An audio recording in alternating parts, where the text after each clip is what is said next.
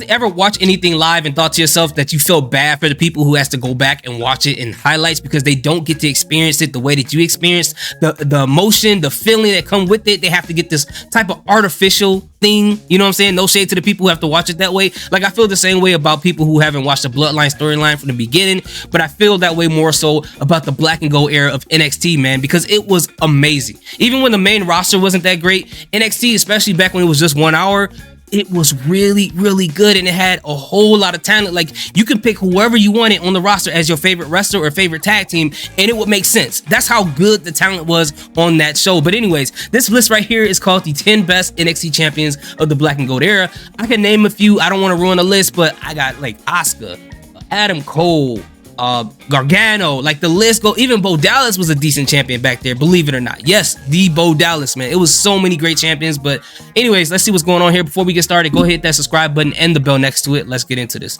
NXT's Black and Gold was our first real look into what a show could look like under Triple H's command. The men and women on this list have all gone on to vastly different career paths, but wherever they are now, they were on top of their game when they were holding on to championships in WWE's third brand. I'm Cy for WhatCulture.com, and these are the 10 best NXT champions of the Black and Gold era. Number 10, Bo Dallas. Bo Dallas. It seems appropriate to open this list with Bo Dallas, as his time at the top of NXT. If you don't get it, you better Bo leave it.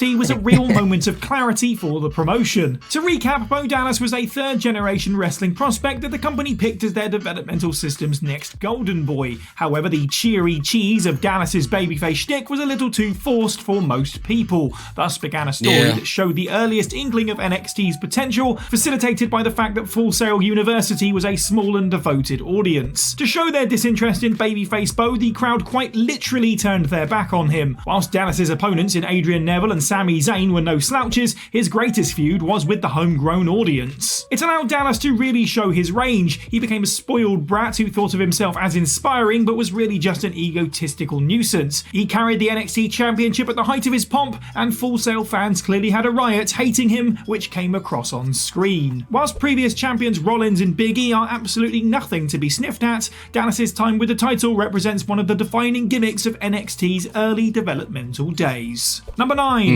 Sasha Banks. It goes to show just how many great champions NXT had that the boss enters at just number 9. Don't take this placement as a slight against Sasha Banks. She was at the forefront of one of the most important moments in WWE history when she got her hands on the NXT Women's Championship. Whilst the company bleated constantly about creating the Women's Revolution in 2016 by swapping the Raw Women's Championship every 2 weeks, in actuality it all began at NXT the year previous. No better is this proven than NXT TakeOver Arrival, where Banks claimed the Women's Championship in the only ever 4 horsewomen fatal 4-way in history. And naturally, Banks' time as the boss with the belt was sublime. She would have overshadowed lesser competitors with her innate skill, but as it so happened, she had a stacked roster of opponents to craft magic with: Charlotte Flair, Alexa Bliss, and a breakout performance for Becky Lynch. More than that, the match where she finally dropped the belt after her 192-day reign is often regarded as one of the best women's matches of all time. Sasha Banks versus Bayley at NXT TakeOver Brooklyn was a statement that the WWE had changed, and the boss was at the forefront of it. Number 8. To be honest, that Bayley versus Sasha Banks match is still their best match to this day.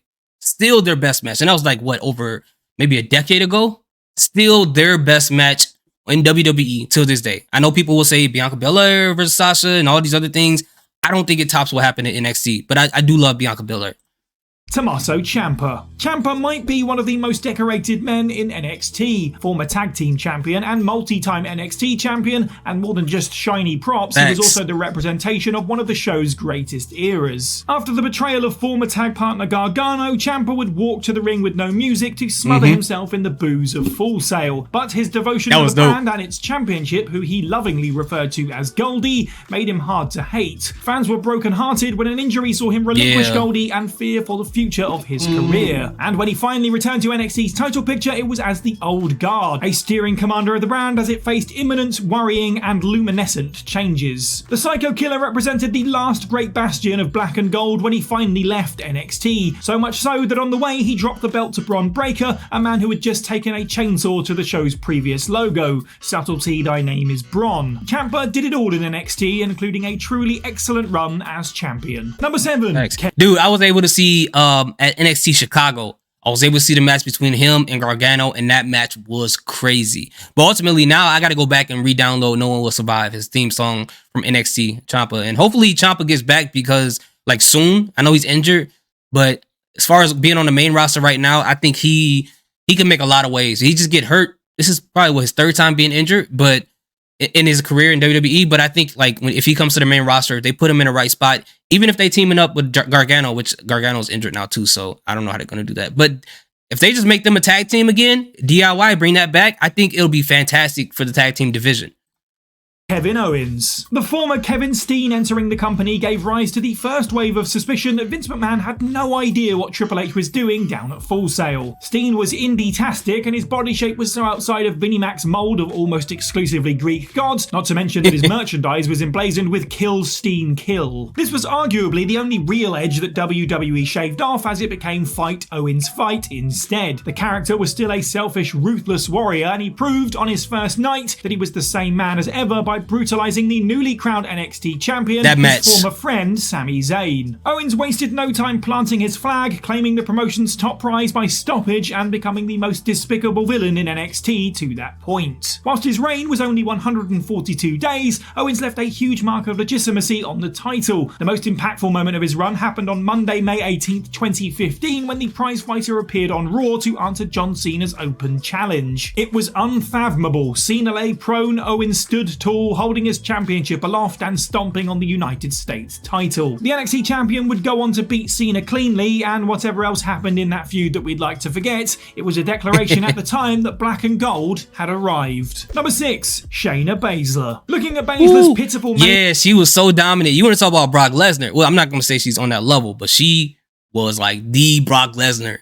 But at least the women's division in NXT, man, she was tearing people's elbows up. Roster run is painful. For the most part, she's been another cog in the machine. In NXT, she basically was the machine. Charlotte Flair and Shayna Baszler, at the time of writing, are the only women to hold the NXT Women's Championship more than once. However, the Queen of Spades grip was something else entirely. Between her two reigns, Baszler has 548 days, making her the woman who, if you were to tune into any given episode of NXT, you'd be most likely to see hold the gold. But it wasn't just that she did it, it was how. Baszler was a legitimate MMA powerhouse, and she was presented as such. She was also a passionate wrestling fan. She might have been a tad greener than some of the indie stars that NXT was starting to fill up with, but Baszler was committed to learning, and she got better and better, and also nastier and nastier. Putting down babyface heroes with the Kirifuda clutch, Ember Moon, Candice LeRae, Dakota Kai, and more fell to her ability to always overpower and shut down her opponent's offense. Dropping the belt to Kairi Sane for a paltry 70 days in the middle of her run doesn't stop her from being the final boss of the women's division for almost 2 years. Number 5, The Revival. For a good number of years, NXT put on clinic after clinic when it came to duos. American Alpha, Breezango, Mustache Mountain, DIY, the list goes on, and almost every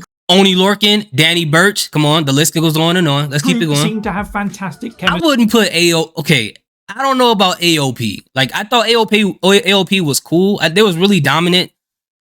I personally, they weren't really one of my favorites, but they were cool. They weren't terrible. But that just shows in NXT there wasn't a lot of terrible talent at all. Like, if any, to be honest with you, you have to really dig at the bottom of the barrel to find somebody who's really, really bad. But the people who are mid on NXT can be the top at mostly any promotion.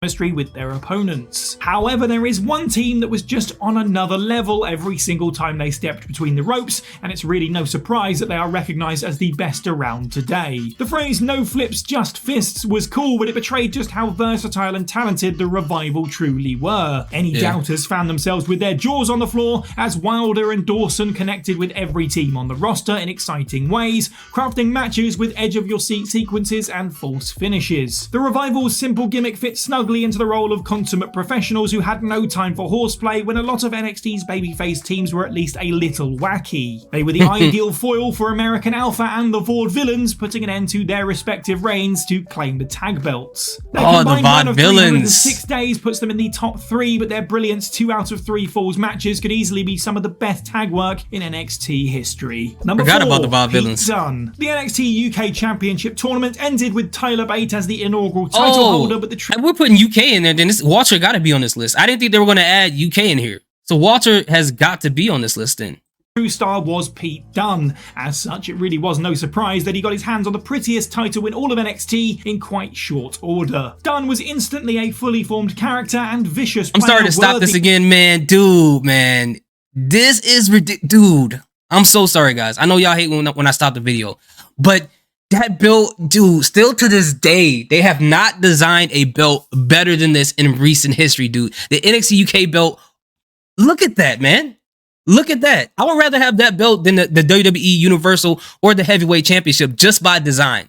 That looks crazy. That looks like the best combination of like a modern version of Big Goldie. You know, that's how it looks to me. It's oh my God, bro. That belt so beautiful. Dunne was instantly a fully formed character and vicious player worthy of swinging that belt from his teeth. The Bruiserweight was deadly and threatening, not just because he delighted in cracking the bones of his opponents, but because, going by his disinterested shrug, it was all he cared about. The NXT UK title didn't have a lot of champions in its time, but it did have two pretty prominent ones. Despite Walter holding the belt longer by a not insubstantial 200 days, in fact, he did so during an awkward time with the pandemic restricting the champion's appearance. As such, it's Dunne that often comes to mind first. They did that to my guy Walter. His own small absences, he was the perfect player to build NXT UK around. With a year of NXT USA to build his rap sheet, as well as indie appearances at the likes of Dub X Dub and Progress, Dunne gained an unstoppable aura that made him a star attraction across WWE and the wider world of wrestling. Number 3, Finn Balor. There was a palpable sense of excitement and disbelief when Balor came to NXT. The promotion had signed indie darlings already, but to bring the former leader of the Bullet Club over from Japan was stunning. Not only is he part of an elite crew of men who have held the title twice, he also did it in 2 different decades as 2 different characters. Balor's first run as— Let me ask you guys this really quick. Which design of the belt do you guys like better between the 2 NXT championships here in this picture? I like the newer version right here on the right.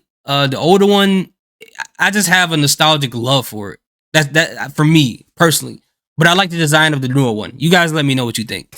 Balor's first run as the Demon felt cutting edge. Around this time, NXT didn't really have a ton of strong gimmicks and much in the way of production values. It also didn't have that standout babyface that was needed to topple Kevin Owens for the title. Balor's first reign lasted 292 days, the second longest in promotion history, and he became the face of a prospective next generation. Fair to say things didn't work out on the main roster, however, but he returned to NXT in 2019. Starting out as a heel, Balor was forced to turn face due to the audience's overwhelming adoration for their returning former star. Still, he played a more intense and dangerous character who shocked the world by capturing the NXT Championship for the second time. Whilst his second run wasn't nearly as strong as his first, his presence made a huge difference, adding luster back into a brand that had lost some of its steam. Number 2, Asuka. It's safe to say that NXT fans were not ready for Asuka. Dude. When the truth came out about the former Kana signing with WWE, there was a lot of talk comparing her to that of Bull Nakano in 1994, the last female Japanese star to sign with the company. And with all respect, Asuka came into NXT and instantly began to blaze her own trail. Dana Brooke was her first victim as she cleaved a winning streak unlike any other. Though Asuka's mic time was limited, she was mesmerizing in every spot she was put in. The Empress of Tomorrow's presentation was an impenetrable wash of color and unpredictability. She got over fast, and it was only a matter of time until Asuka held gold. Taking the title away from the departing fan favorite Bayley, her time had truly begun. At a recognized 522 days, Asuka's reign is the longest NXT Women's Championship run of all time. More to the point, she famously never lost. Even when she was injured and would eventually move on to Raw, she left NXT as an unbeaten whirlwind of power and suspense. Her run wasn't always perfect, but to leave a promotion in such a spot, beloved and looked back on as fondly as those 17 months were, speaks volumes about the importance of Asuka as NXT Women's Champion. And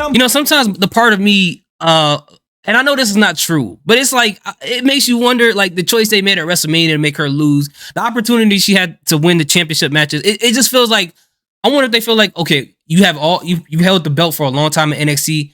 That's all you need for the rest of your career here at WWE. Because it just doesn't make any sense why she hasn't, had the belt, like, especially that match against Bianca Belair. Why didn't she win that match? It just doesn't make sense to me. I think sometimes, like, WWE gets crazy with reigns sometimes, that they just kind of negate some things that should happen. But I mean, I don't know. That's just me. Number 1, the Undisputed Era. It really couldn't have been anyone else at number 1. With their powers combined, the Undisputed Era are the most decorated group in NXT history. Within their first 2 years, the debuting Adam Cole, Kyle O'Reilly and Bobby Fish recruited a fourth in Roderick Strong, got their hands on the NXT Tag Team Championships, and Cole became the inaugural NXT North American Champion. At the end of 2018, Adam Cole laid out the Undisputed Prophecy. All 4 members would be draped in gold in the following year. At TakeOver 15, Cole picked up the NXT Championship, setting an example that his stablemates would follow in the coming months. When Strong's North American Championship, the final piece of the puzzle, fell into place, it was a sight to behold. The jewel in the crown, of course, was Cole as the top dog of the company and the leader of this charismatic frat house of a stable, who set a record with the longest NXT Championship reign at a stunning 403 days. However, each man was incredibly talented, contributing the finest matches of what some believe to be the last great run of NXT Black and Gold. Whatever the case, it's a feat that is unlikely to happen again anytime soon. And that's the list. Hey, that's true, man. Like, soon as the Undisputed Era left, it just felt like there was a change. I mean, outside of the whole 2.0 thing happening, it just, something felt different. I mean, even the match that Gargano had with Ciampa when they had that whole theatrical match, that was weird. Like, it just, everything just felt really off. But I don't know, man. You had so many, dude, you had so much great talent. Even if they weren't champions, you had so much great talent back then. I guess, would you put Keith Lee as like an honorary pick for this list? Because remember, at one time he was the NXT champion and the North American champion. So I think he was the only double belt champion in NXT history, if I remember correctly. But there's so many other people in there, man. But anyways, thank you guys so much for watching. What is your favorite moment from the NXT Gold and Black era or Black and Gold era? Let me know in the comment section, man. I'm feeling really nostalgic today. All right. Salute. Peace. Have a good day.